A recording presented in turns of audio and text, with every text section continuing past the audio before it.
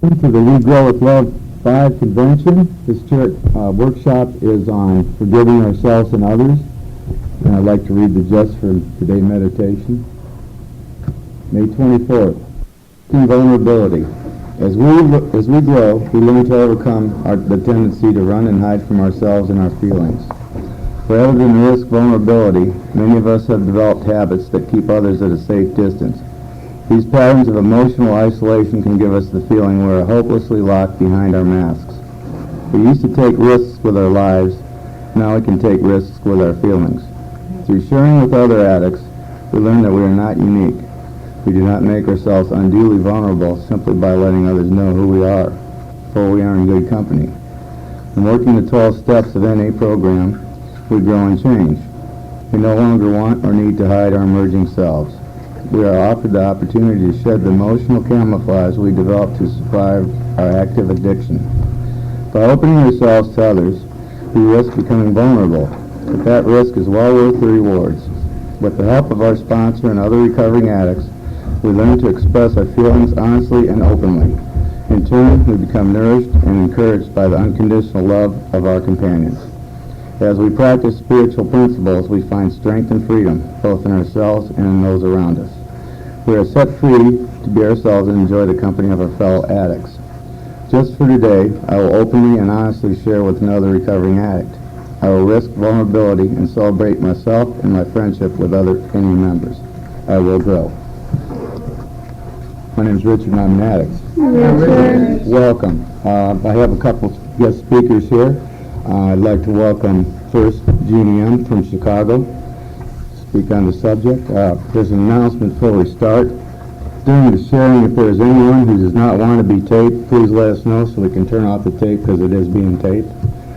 So when you're sharing, if you don't wish to have your voice on there, just say so. And with that, I'll give you Jeannie M.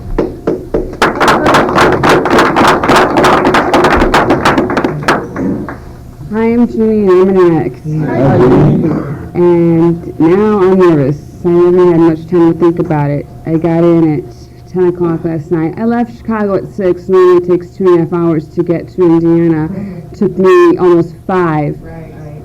And the really wonderful thing about it was I got here and people were saying, "Are you Jeannie? People are worried about you. People are looking for you." I mean, it was like my higher power was right there. The minute I got out of the car, there was a girl there, and I'm sorry, I can't remember what her name is, but she said, "We're waiting for you," and it made me feel warm, and it made me feel comfortable. And driving here, I kept saying, I'm going to be okay. I'm in Indiana. I'm not in India. I'm somewhere, that I can get home if I get lost. And I had my daughter and her friend in the back seat, and I tried not to be too uptight and too nervous. But the roads were dark, and I was a little fearful, but I kept praying and saying, you know what, God, get me there safely. If I don't get there by 8 o'clock, it's okay as long as I get there safely. And here I am, and I'm glad to be here. And just listening to that, just for today about vulnerability, to speak honestly, that's what I do. I don't plan what I talk about, especially when I don't have much time to think about it.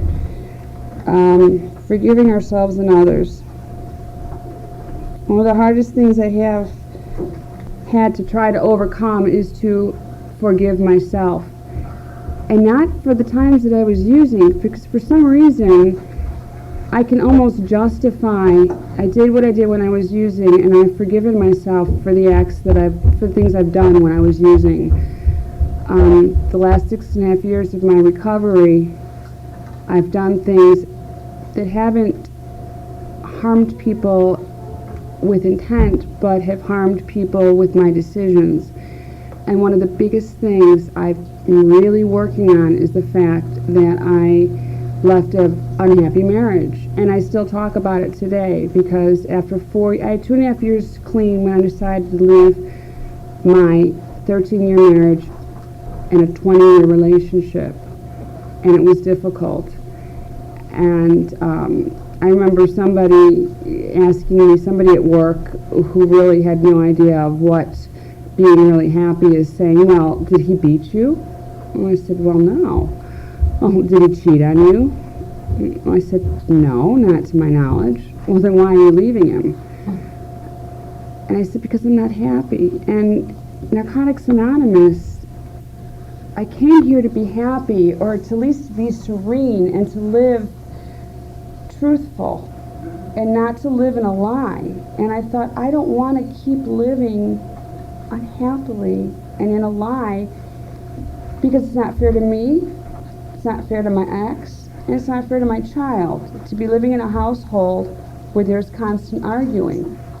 There was verbal abuse on both sides, and I'm not blaming him, and I can take some of the blame for myself, but NA in a sense opened my eyes once I was clean to what my surroundings were. And when I was using, my head was clouded. I didn't know I wasn't happy. I was passed out on the couch, and he enabled me, not intentionally, but he was my caretaker. So when I did leave, it was very difficult.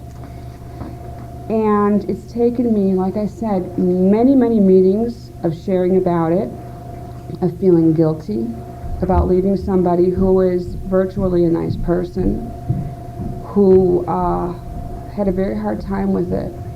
And there were many times I felt so bad that I would cry at night and say, maybe I should just go back to make him happy, just make my mom happy, make my daughter happy. But my sponsor would say to me, and my close friends would say to me, but if you're not happy, if you're not serene, no one around you is going to be happy, and you're going to go back to the same situation. And it got to the point where I went into therapy about it, and I would write about it and all the stuff we're supposed to do to try to get over these things, to try to forgive myself for a decision I made that did not, like I said, I did not set out to hurt him. Unfortunately, he was hurt. It's just now, 4 years later, that we're becoming friends again, and he's finally beginning to accept it. And I remember during a real difficult time, all of a sudden, the higher power that I knew loved me became this. I would close my eyes and I would see this monster just shaking the finger at me saying, you are such a bad person for doing something that you want to do because you're selfish. And I couldn't get that loving higher power back because I couldn't forgive myself. And I talked to my sponsor and I said, I just don't feel close to my higher power. And she very eloquently said, who moved away? And I said, I guess I did. My higher power never left. I just removed myself from the situation because I felt as if I didn't deserve the love of whatever higher power is out there. I choose to call God, whether it's a him or her, whatever. I know it's loving and caring. And today, 6.5 years later, I deserve that love from a power out there. And one of the things my sponsor said and my therapist said and people around me would say, Jeannie, if you were in a situation and your friend came to you and said to you, I have to leave a situation that I'm not happy at, that I'm living a lie in, would you look at them and say, you're a bad person? And I would say, well, no, I would support them. And I said, well, then can't you do that for yourself? And it's really hard because we are our own worst critics. We tend to judge ourselves more harshly than anybody else. And I was worried, of course, about my child going back and forth, living between two households, but she's living in two households of love, not one household of arguing and hatred and constant bickering. So he's learning to forgive me, and we're actually becoming friends. And it was almost as if the guilt was so bad, and I couldn't forgive myself, that when he was nice to me, I was grateful. And he would downslide, and he would start to be very verbally abusive over the phone, and I would take it because I thought, Jeannie, you deserve it. You're a bad person. You had a house. You had that white picket fence. That's a shell. That means nothing if there's no love within it. And I finally told him about 5 months ago, I said, you know what, that's it. I no longer am taking on your pain. I have my own pain. I'm not going to be guilty about this anymore. If you're going to treat me like shit, then don't call me, because I don't deserve it anymore. And I finally stood up to him and not let the guilt take over. And that was it. We became friends. And I guess he realized something, that, it was time for him to try to let go, and for our child's sake, for us to be friends. And I'm finally comfortable around him. So I'm starting to forgive myself for that. It's also, and I don't call it ironic, I call it fate. I don't believe in coincidence. Narcotics Anonymous, I think things happen for a reason. I had to declare bankruptcy yesterday. And I have to forgive myself for that. I wasn't one of those people, and not that if you are one of those people you're bad, but I wasn't those people that took my credit cards, ran it up, and then went and declared bankruptcy. I tried for 3 years to try to do the best I could, and I couldn't. And I had to go, and I had to declare bankruptcy. So that's something else I have to work on, and to forgive myself. Anybody else who does it, I don't look bad at them. I don't say they're bad people, but for me, for some reason, I'm this horrible person. I don't want to go through life thinking that, because life is what I have right here in front of me. And I don't want to suffer at the hands of my own, or what's inside my head. If my life were to end tomorrow saying I was miserable, hating myself for making decisions I had to make to try to make my life and my daughter's life better.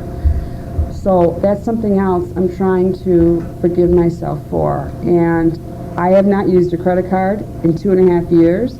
I've learned to live on cash and my checks, and it can be done.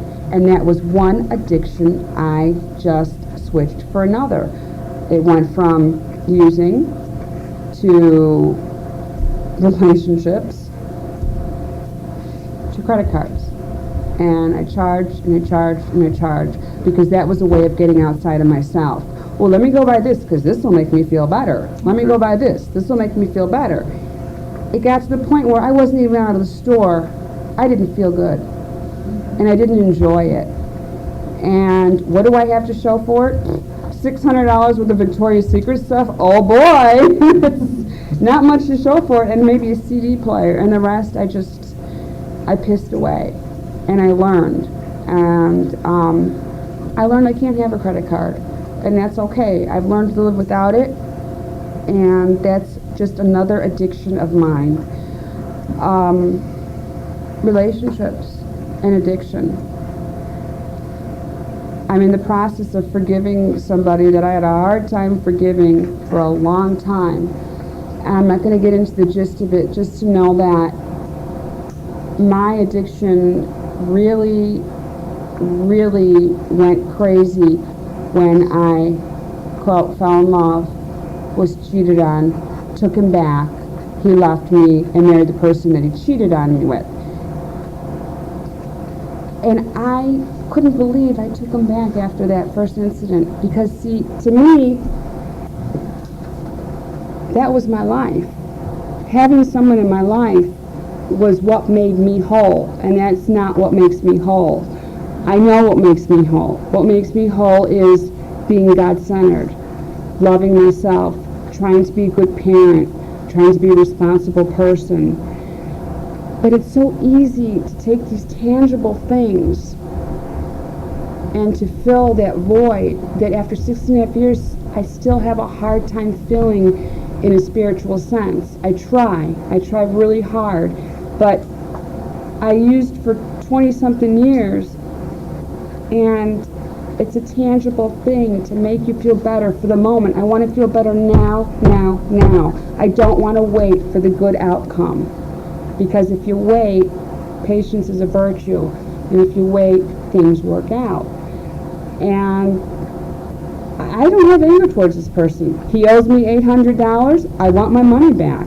I don't know if I'm going to get the money back, but I think that one of the things I need to do is to contact him and say, look, if you want to pay me $25 a month, I don't care, but I want my money back. I gave you that money out of trust. Now I need it. Give it back to me. I don't hold grudges. I don't have a hard time forgiving people. What I have a hard time is wanting people to forgive me. And another incident that just arose was that my ex-mother-in-law, who was part of my life for 20 years, who I thought hated me because of the divorce, was diagnosed with AIDS about 2 weeks ago. And it was pretty devastating because she was like a mother to me, and I never talked to her because I thought she hated me. And the weird thing is, the day before we found out, I was talking to my ex-husband, and he said, she's not doing well, she needs money. I said, maybe I'll write her. And he said, Jeannie, why don't you call her? And I said, she doesn't want to hear from me, she hates me. He said, no, she still loves you, you're like a daughter to her. Okay, I'll call her. Of course, I thought, all right, I'll write her first, and I'll kind of just like break into it, and then that'll be a way I can call her. And the next day I found out she had AIDS. And I thought, well, I can't call her now, because if I call her now, she's going to think I'm calling her because she has AIDS. That's pretty selfish. That's pretty selfish, because I was thinking more in terms of how she would react to me than how it would make her feel if I called her. So I went to therapy, talked to my therapist, and she said, do it. Just call her. If she doesn't want to hear from you, she's going to tell you. You don't have to go right in and say, hey, I hear you are past the HIV stage. You actually have AIDS. Just say, I hear you're not feeling well. Well, she volunteered the information, and we cried, and she told me she loved me. And it was freeing for me as well, because now I have, it's unfortunate that it had to take this for me to connect to her again. And there's some guilt there, but I'm not gonna let that bother me. It was just all my inside thinking, and people that hate me because I made this decision that I needed to make for myself. And to know that she forgives me. And I'm sure she was angry at me at first because that's her son. I'm sure she was angry at first, but she said, Jeannie, I know you, and I know the kind of person you are, and I know that you're a good parent, and I strive for that. And sometimes my temper gets a little out of hand. Not where I would hit my child or hit. I don't believe in it, and that's my own personal thing. But sometimes words hurt more, and I have to learn to be a little more patient with my daughter. She's a good child. I mean, she's smart. It must have skipped a generation because she took it from my mom and it skipped me and just went right to her. And she's good and she's kind and she's sweet. And I'll never forget, I was driving home one day and she said, and I was really in, excuse my language, a bitchy mood. And I was just crabbing about everything. And she said, Mom, maybe we better go buy some chocolate. And I'm like, chocolate? And she said, well, because I know you're PMSing, and if you eat chocolate, you're going to feel better. And I thought, okay. My child knows me better than I know myself. And I stopped the car, and I said, please forgive me for being so mean. Please forgive me for yelling. I'm sorry. I don't say things that will scar her, but like things that would degrade her. But sometimes I just go off. It's the animus in me. It's when my house isn't clean. Like, that's so important. If you look at the big picture, things are good in my life. But I tend to focus on the little things, like the house not being clean or her room not being clean. And if you look at it, it's just not as important. It just somehow makes me feel better. I know that through Narcotics Anonymous, I wouldn't be clean today. Without the friends that I have, without the support that I have, places to go to talk about my pain, sponsors, sponsees that I've had, that I've learned from. I mean, one of the things I remember was I also have recovered from an eating disorder through Narcotics Anonymous, and that's what's one thing that's wonderful, in my opinion, about NA. I do not bash other fellowships. I don't believe in it. But NA, to me, encompasses every addiction you can possibly have. Shopping, eating, relationships, drugs, whatever, because it's an addiction. And I had an eating disorder, and through NA I overcame it. And the way I did that was sitting in a meeting listening to one of my sponsees who had a lot less clean time than I did. And that just goes to show you, clean time is not all that. I mean, it's how you work your program. And she talked about her eating disorder, and that enabled me to be humble and talk about mine. And I've not been bulimic for like 4 years now, and that's a miracle, because bulimia will kill you, drug addiction will kill you, anorexia will kill you. I have self-image problems, but at least I don't act out that way anymore, and that's through Narcotics Anonymous. And the last thing I do want to touch on is forgiveness of others is forgiving my father, who, you know, just one thing I thoroughly believe in with children is honesty.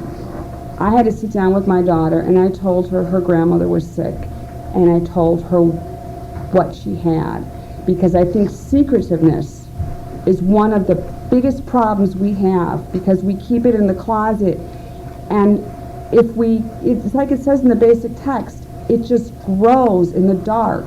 Once you open it up, it can free you. And my daughter is old enough to know what AIDS is.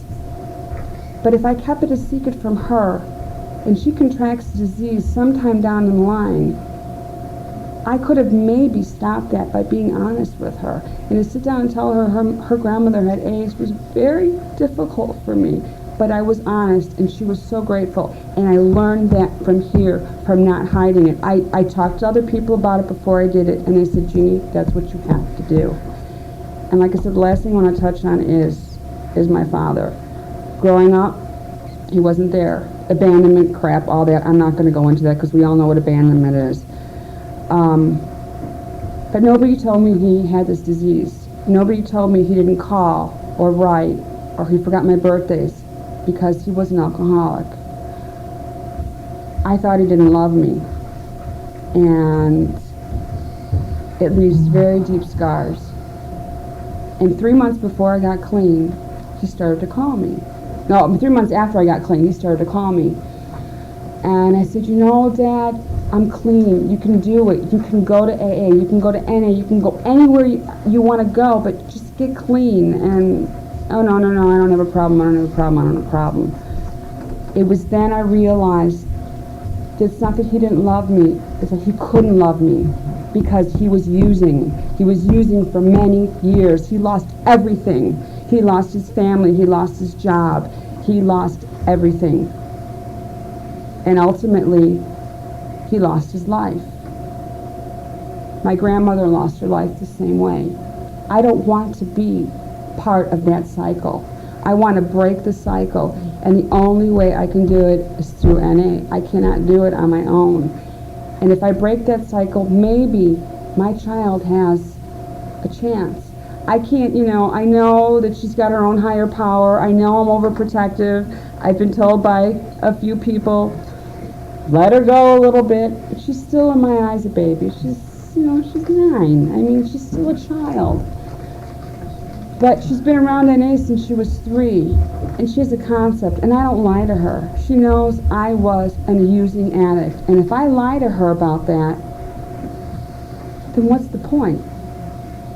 She knows, and she's here. This is her first convention, because she's always wanted to go to conventions, like in Chicago, and if anybody's ever been to a Chicago convention, it is overwhelming. There's nothing for kids, and this is her first time, and she's having a good time. And I'm having a little trouble because I'm telling her, okay, don't go into the woods, don't go by the water, make sure you don't talk to strangers, and blah, blah, blah, blah, blah, blah, blah. And she's like, Mom, stop. And Patty O, my best friend who just walked in, says, Jeannie, let her have a good time, and you have a good time.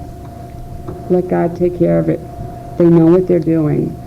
So I just have to, as far as forgiveness goes, I'm working on forgiving myself because, like I said, there's never been something really that I've done in recovery that I intentionally did to hurt somebody.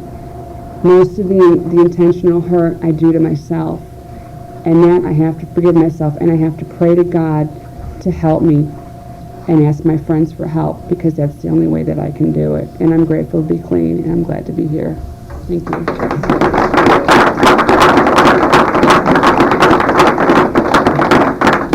Thank you, Judy. I'd like to announce Robert W. from Detroit.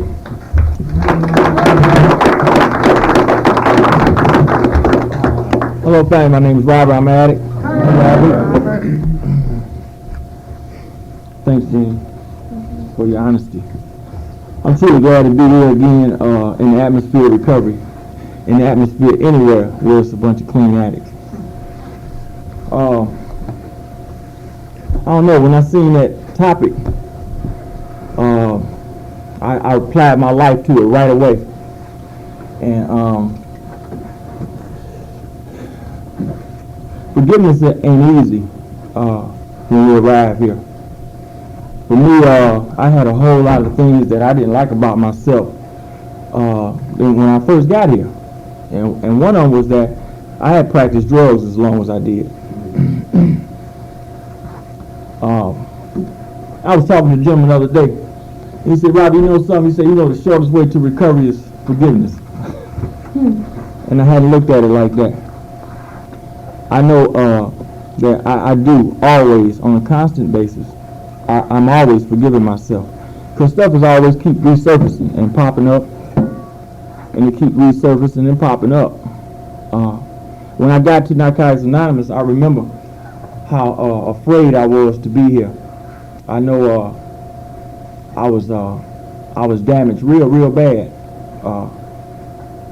We just got through doing a meeting before this workshop on self-acceptance, and I needed that meeting real bad.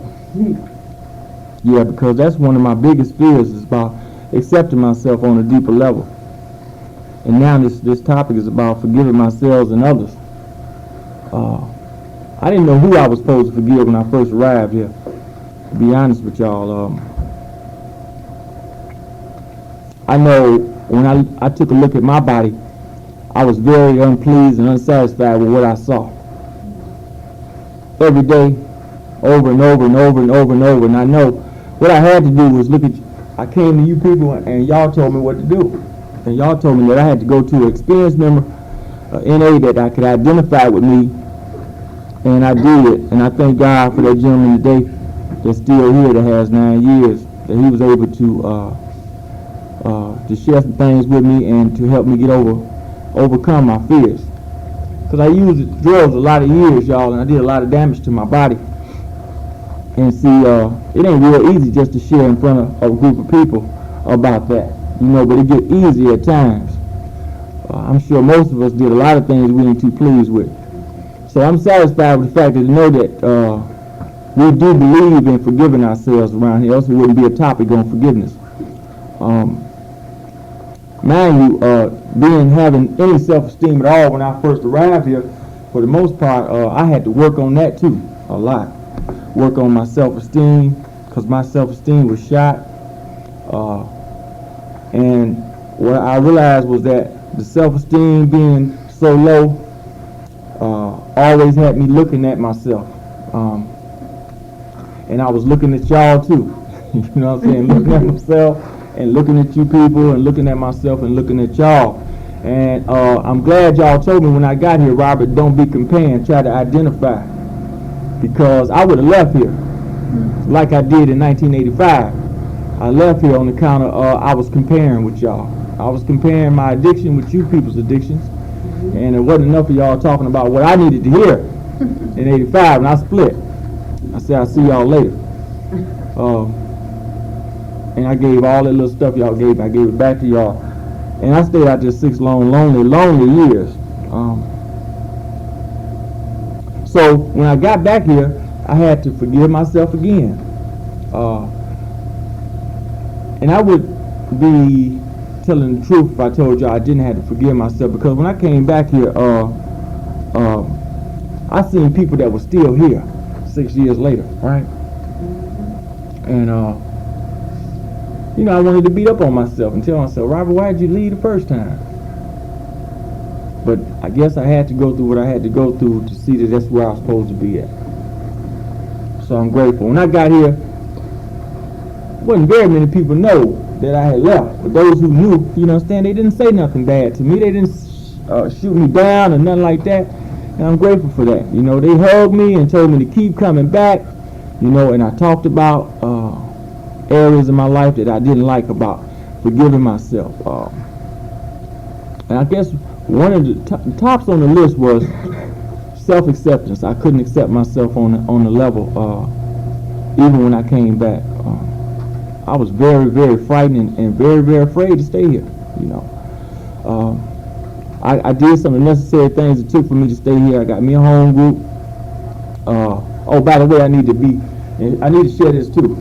I got me a home group. I got some friends in here. I got me a textbook. I got me some meetings. I got me a relationship. Yeah. And that's when the things change.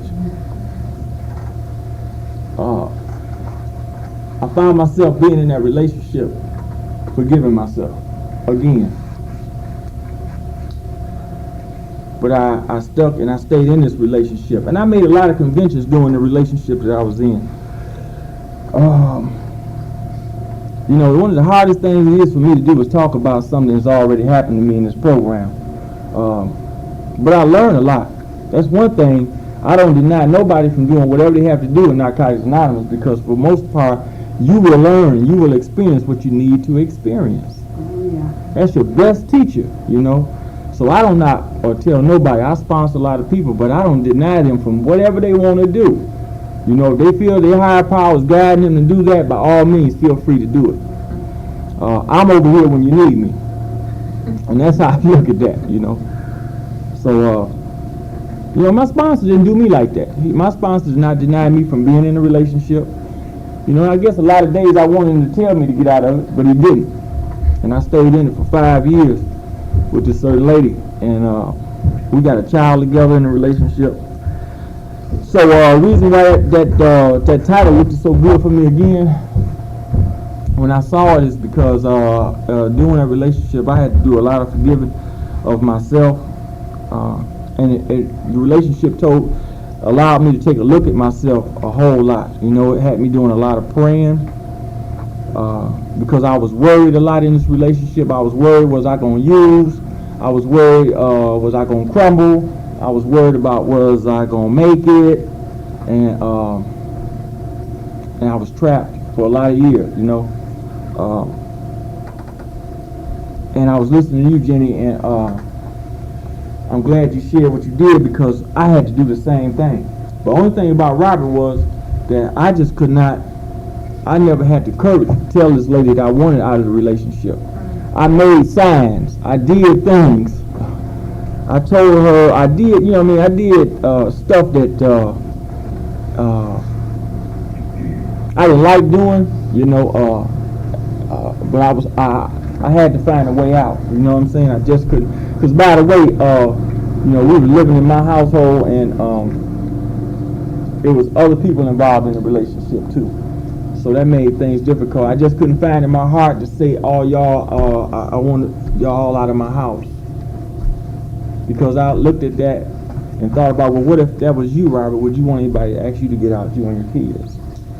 So I know today that I have some empathy and compassion for other people today.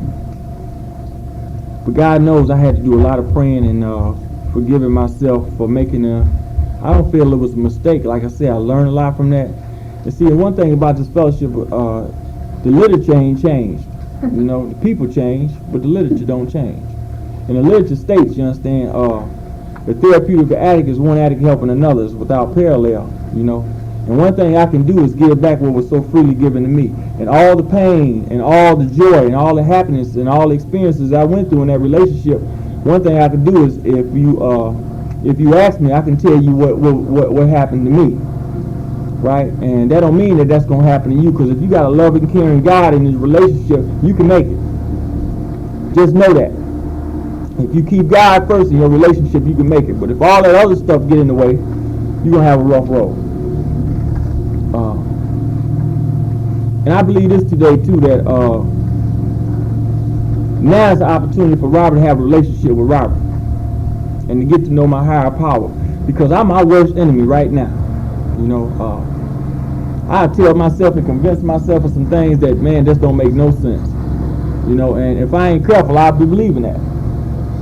You know, and I see that that title fits me again. You know, it's forgiving myself. You know, because a lot of things that I hear myself tell myself, it ain't healthy. It just ain't healthy. So I had to forgive myself for even knowing that I held on to a thought that long about something like that. You know, I had to forgive other people too, like it says on that title. And other people are people who that had to do with me using drugs as long as I did. You know, this is an everyday thing for me, because every day I still see addicts, man, that help me show me the way to the madness. You know, people that I practice with is still practicing. And I get very angry when I see them out there trying to hold on and use. You know, and like I say, y'all say the best way to carry the message is by example. Mm-hmm. You know, and a lot of times I just want to just snatch them up, you know what I'm saying, because I know where they're headed. Jail's institutional death. By the way, I need to also mention too that I still have some issues with this lady. That's the father or the mother of my son. We just came out of court about my son, and I'm paying child support for him, and that's making amends for a part I played in being in a relationship with her. I don't have a problem with that. I came in the door. It's funny, y'all, but you know, women don't want nothing from a man until they get clean. You know, my other daughter's 18 years old, and I ain't heard nothing from her mother until I got in program and I got letters in the mail. You know what I'm saying? It was like, we like to see you, you know. And I was like, she didn't want me before, you know what I'm saying? But they automatically know when you get clean, you got some money. So they come and got it, man. So I had no problem with that. You know, that didn't feel good, but I had to forgive myself again on what part I played in that, and that holds true. Everything that go on in Narcotics Anonymous program for Robert, in the process of my recovery, I had to take a look at what part is Robert playing in it. And that means staying right now in the here and now. What part am I playing? If I'm angry with somebody right now, if I look at somebody and I feel angry towards that person, I really want to know, where is it coming from? And the person don't even mean I had to do nothing to me. You know, I just got that kind of nature. I got a spirit that's alive today, but I got still a self-centered person inside, you know. And that is the disease part of me that don't want to see me be successful. They don't want to see me get better. That's the struggle that we up against right here in Narcotics Anonymous today, right now, at this very moment.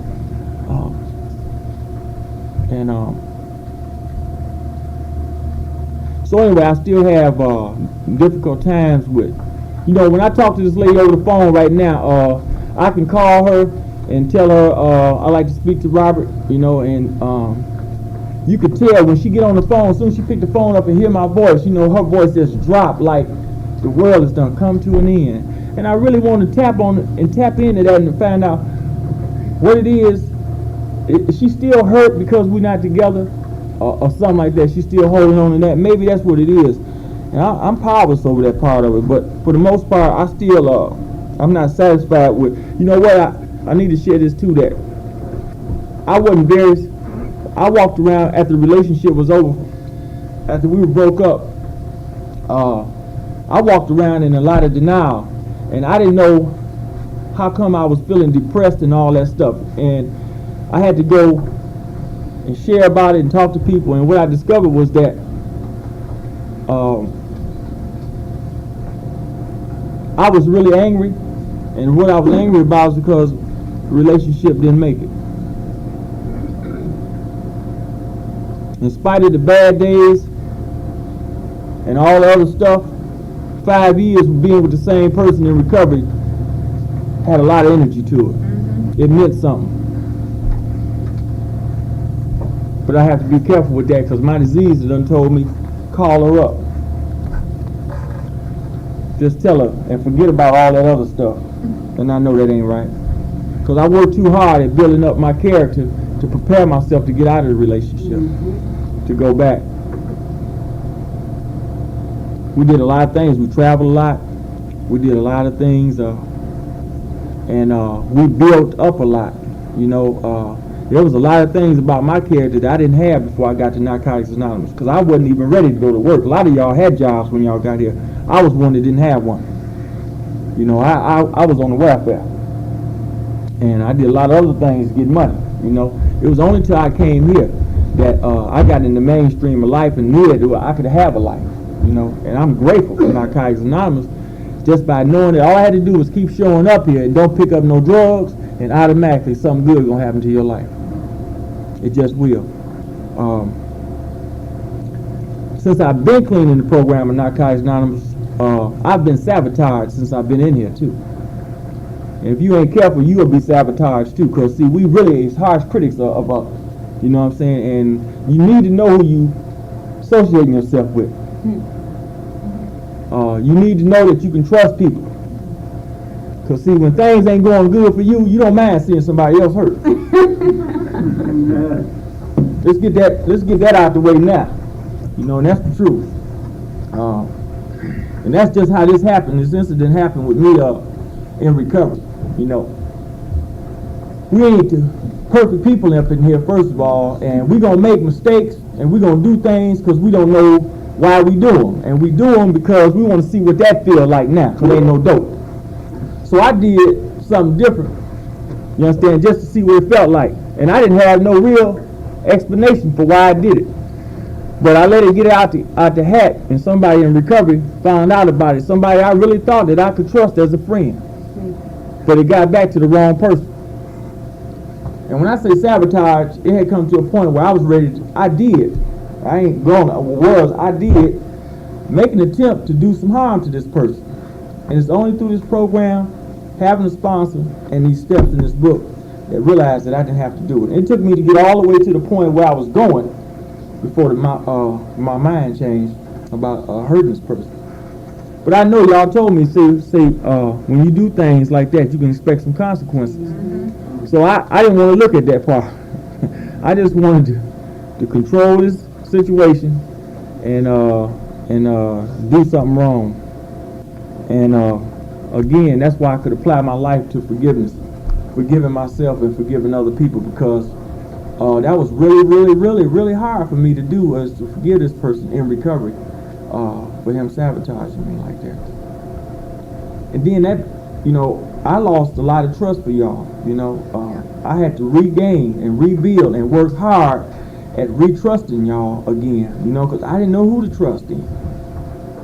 You know, and I don't know today, and I really didn't take a lot of time in trying to find out what was his primary purpose for doing that, because it probably would have caused me to do something or continue the process of doing something I didn't want to do if I had found out the truth. You know, and it was better for Robert. My God told me it was better for me not to know the truth. Sometimes it is better for us to not know the truth than to know it. So again, like I said, I could apply my life to that. But you know, in spite of the things that don't go our way, you know, I'm having a ball in Narcotics Anonymous. Let me get that across now. You know, and I didn't come up here to get this talk, you understand, to sadden nobody right now. I feel we all is here for a reason, and I'm sure we're having a ball up in here, right? Yeah. And we having a good time. Well, let's say that. You know, we ain't in no funeral today. We had, you know what I'm saying? You know, I'm blessed, and I know we blessed all to be here right now. You know, and we got a right to smile. We got a right to be happy. You know, we carry ourselves through so much. You know, and forgiving ourselves is a key thing. You know, I'm realizing that I got to continue on a daily basis. Every day I wake up, there's something I have to forgive myself for. Because once I forgive myself, there's an opportunity for me, you understand, to work on that, get better on that, and not be in denial about it. I guess as long as I'm gonna be here, I'm gonna have to forgive other people. Real simple. I'm gonna have to forgive some of y'all because I ain't gonna get along with all y'all up in here. And that's just true. You know what I'm saying? Y'all ain't, everybody ain't gonna like Robert up in here either. And that's a fact, you know. And everything just ain't changed up in here. We get clean up in here. We try to be this hell of a recovering addict up in here. You know, we ain't all that. You know what I mean? We doing the best we can with what we got.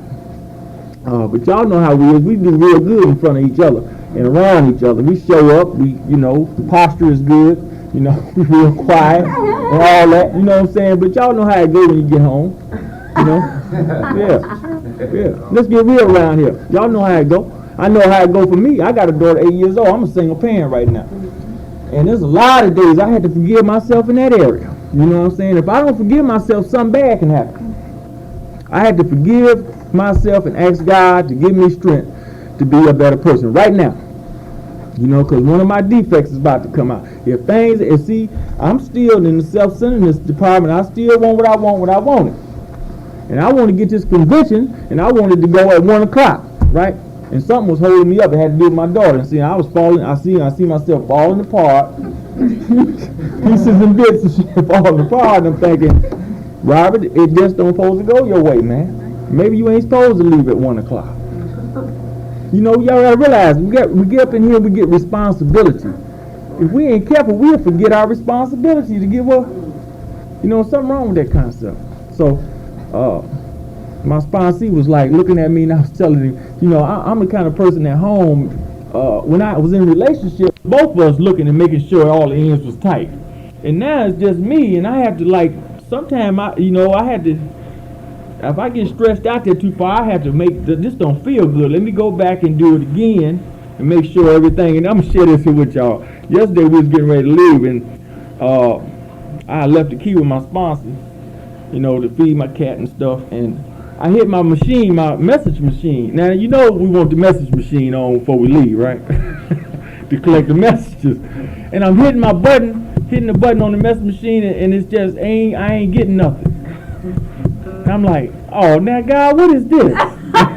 You know what I'm saying? Come on, what is this? And I'm just getting really loose now about this machine, man. I'm thinking now, I can't leave here with no message machine. And so, you know, right now I'm pausing like I was doing then. What to do? You know, what to do? I go back and I hit it again, and I can see sweat start to come off my head. And, you know, I got to laugh about this because I went back in there, and I guess God said, well, man, maybe I need to show you because I see where you finna go with this. And I remember I forgot that I had lowered the volume all the way down, right? I had my sponsor call this, tell your sister, man, to call back over and make sure the machine working. And she called and the thing blink, blink, blink, blink, blink, but I didn't hear nothing. I guess you won't hear nothing, you got the volume all the way down, Robert. So anyway, I'm learning my lessons, man, the way they come in. See, one thing good and I like to mention too is this, that just for something as small as that, you know, because it is the small things that count in here. We need to take a look at that. It's the little things that keep us all screwed up. Mm-hmm. It ain't that big stuff. If the IRS wants some money or something like that, you gonna pay them. But it's that little bitty stuff that you know what I mean? It's that, and that's how I am. You know, just like something like as little as that. I see how it bent me out of shape. You know, it just took me and I was able to just calm down a minute, and God said, okay, why don't you try this? You haven't tried everything else? I tried all of those buttons on top, right? Boop, boop, boop, boop, boop, boop, boop, boop, boop. Wasn't nothing clicking. And I said, well, I got 2 more buttons on there, and I hit that one, and it worked. It was working all the time. And that's how my life be a lot of days, you know. I want the big picture to be working. I forget about you got the little knobs are working right. So that's where I'm at. You know, this daughter thing, and is a big responsibility. Being a single parent is a very big responsibility. You know, if you got kids, like I say, love them. You know, treat them good. You know what I'm saying? I share this is that, you know, forgiving myself. You know, when I first got to this program, I didn't know that. I couldn't forgive my mother and father real well. I thought they could have did a better job with me. It was after I arrived in here, working the steps, living the program, when I discovered that I don't have to be ashamed of the way my mother and father raised me. That's their shame. That ain't my shame. I thank God. Those are one of the benefits that I've discovered since I've been here. Is that's my mother and father's shame. Ain't nothing to do with me.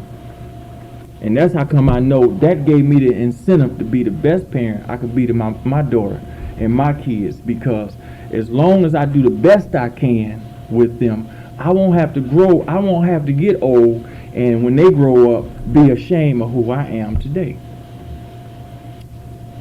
A lot of times, if you don't know this, you will go around saying, if my mother and father had did this, did that, and did this. They did the best they could with what they had. It's automatic. If they had known better, they'd have done better. I believe that today, so I had to look at that all the time, and a lot of times, if I ain't careful, I'll let the disease kick in and make me feel like I'm not doing as best I can do as a parent. But yes, I am. It tells me, I come in the program and y'all tell me, Robert, you're doing a wonderful job. And a lot of days, that's all I need to hear, is that, Robert, you're doing a wonderful job with your daughter. And I be thinking in my head, I ain't doing that well. I could be doing better. But the truth of the matter is, in closing, I like to say this, that I came up to this convention to bring something and leave something and take back something. And I ain't got to be sure about what that is right now, right? But I do know that it's happening already, because this morning I got up and prayed that God put people in my life at this convention that can give me something that can change my life, that I can take back and hope it has some impact on my life when I get here. And those are things that I'm praying for while I'm up here, because I always have room for improvement. We can get better up in here, one day at a time. I'm glad to have you people in my life today. I'm glad they gave me an opportunity to speak on this panel. I'm glad to be a product of Narcotics Anonymous. I'm glad not to be in the dope house today. I'm glad that this weekend I ain't got to check in my food stamps to get some dope when they waiting on me to bring the ribs home.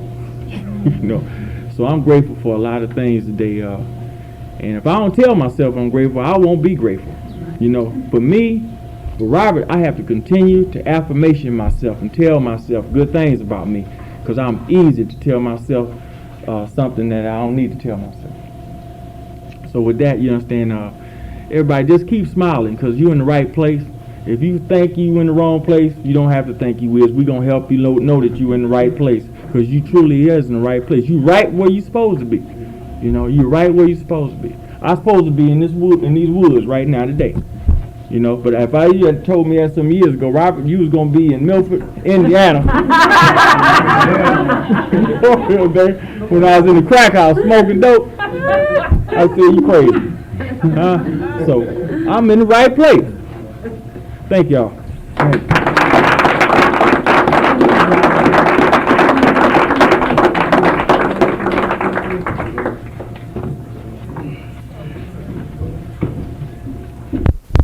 We'd like to close this meeting with a group hug followed by the third step prayer.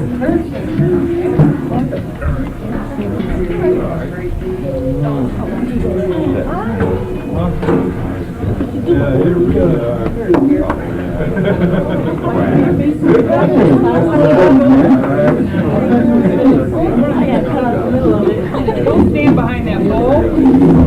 What's wrong?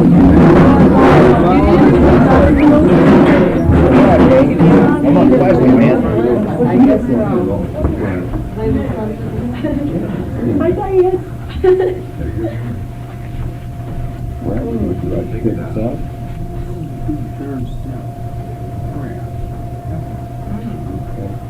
Can we have a moment of silence for those that suffer, that are not in the doors of Narcotics Anonymous, and for the baby that will be born without a choice by the third step prayer?